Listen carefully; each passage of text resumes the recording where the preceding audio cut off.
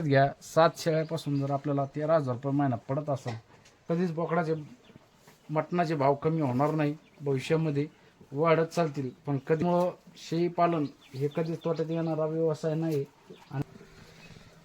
नमस्कार मित्रांनो, स्वागत आहे तुमचं सागर डुकरे गोट फार्म या चॅनलवर. तर मित्रांनो, आज ज्या काही माझ्या 7 शेळ्या आहेत समजा, आता हे बघा, हे 4 आहेत, बघू शकता, हे 4 आहेत, हे 2 पाटी, हे 2 शेळ्या, हे 4, ही एक 5, ही एक 6 आणि ही एक 7, पलीकडला बोकड आहे. तर अशा टोटल 7 शेळ्या आहेत आपल्याकडे. तर ह्या माझ्या 7 शेळ्याचं इन्कम मी तुम्हाला आज ह्या व्हिडिओमध्ये सांगणार आहे. व्हिडिओ शेवटपर्यंत बघा. व्हिडिओ आवडल्यास व्हिडिओला लाईक करा, नवीन असेल तर आपल्या चॅनलला सबस्क्राईब करा. तर मित्रांनो, 7 शेळ्याचं उत्पन्न आपल्याला किती भेटतं एका वर्षामध्ये, त्याच्यावरती आपला आजचा हा व्हिडिओ असणार आहे. व्हिडिओ खूप इंटरेस्ट होणार आहे मित्रांनो, स्किप न करता शेवटपर्यंत बघा. तर आपले आता ही दुसऱ्यानं आहे, गाभण आहे, हिनं पहिला बोकड दिलेला आहे. आता हिनं दिला चांदवाला बोकड. आता बरं का, एक सुरुवात झाली आपली. हिला चांदवाला बोकड दिलेला आहे, तुम्ही बघितलं असेल चांदवाला बोकड. आणि मित्रांनो, चांदवाला बोकड दिला, खूप सुंदर बोकड दिलेला आहे, तुम्ही पण बघितलं, मी दाखवलं तुम्हाला. तर हिना पहिला सुरुवातीला एक बोकड दिला होता. आता एक दिवाळीच्या आसपास ही परत जनते, आमच्याकडे जनते म्हणजे तुमच्याकडे वेते काहीतरी म्हणत असेल. तर हिचा बोकड आपण पहिला विकला होता 8,500 रुपयामध्ये, एकच बोकड दिला होता. हिचा बोकड सध्या अवेलेबल आहे 8-9 हजार रुपयापर्यंत तो जातो. 6 महिन्याचं बोकड आहे, परत गाभण आहे. त्याच्यानंतर हिच्या 2 पाठी आहेत, ते पण आहेत, मोठाले आहेत. पलीकडलीचे पाठ बोकड आहे आणि हिच्या 2 पाठी आहेत. असे टोटल मिळून आपल्याकडं, नाही, हिचं पाठ बोकड आहे.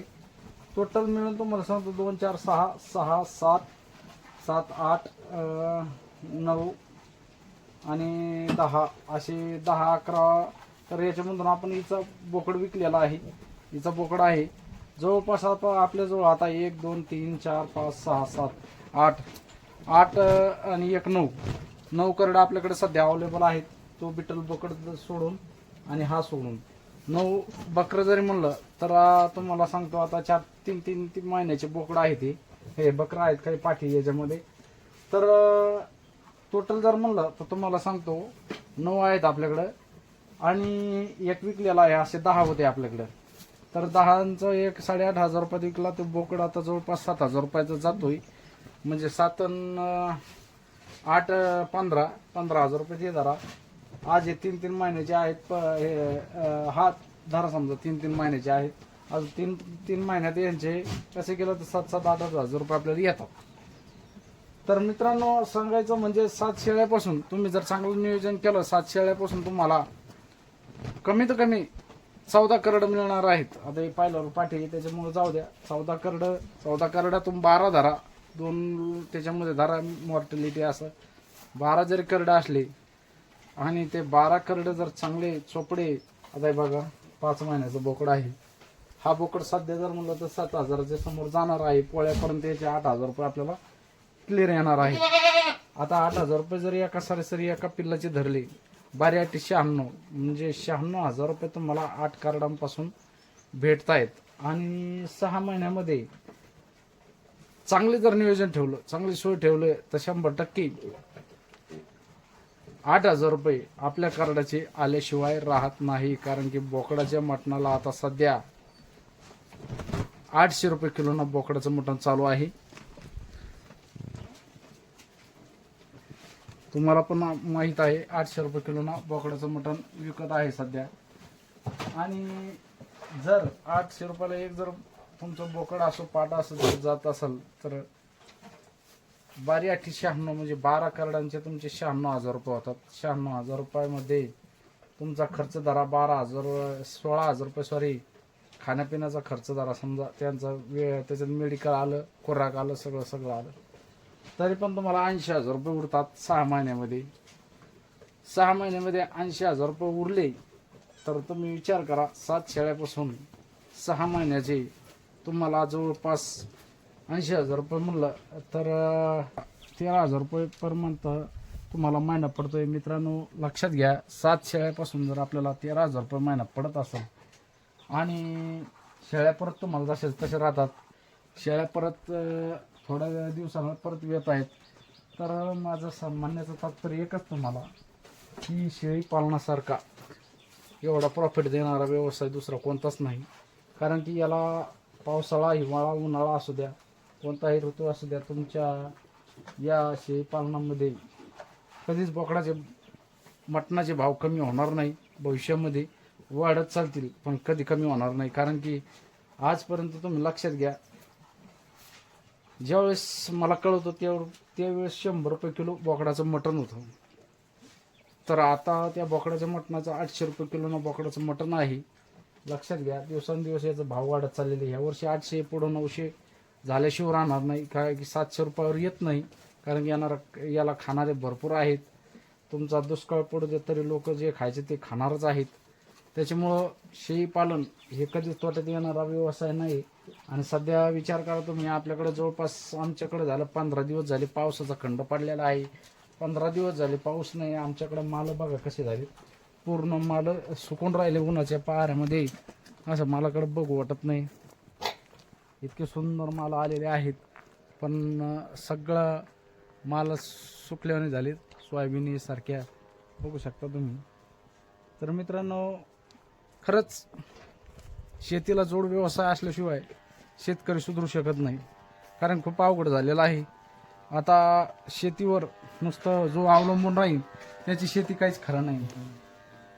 शेती म्हणजे असं क्षेत्र झालंय की खर्च लावा आणि तो खर्च वसूल होईल का नाही याची गॅरंटी नाही. कारण जोपर्यंत दिवसांदिवस निसर्ग साथ देत नाही शेतकऱ्याला, आणि खर्च म्हणलं तर आपल्याला दिवसांदिवस खर्च वाढत चाललेला आहे.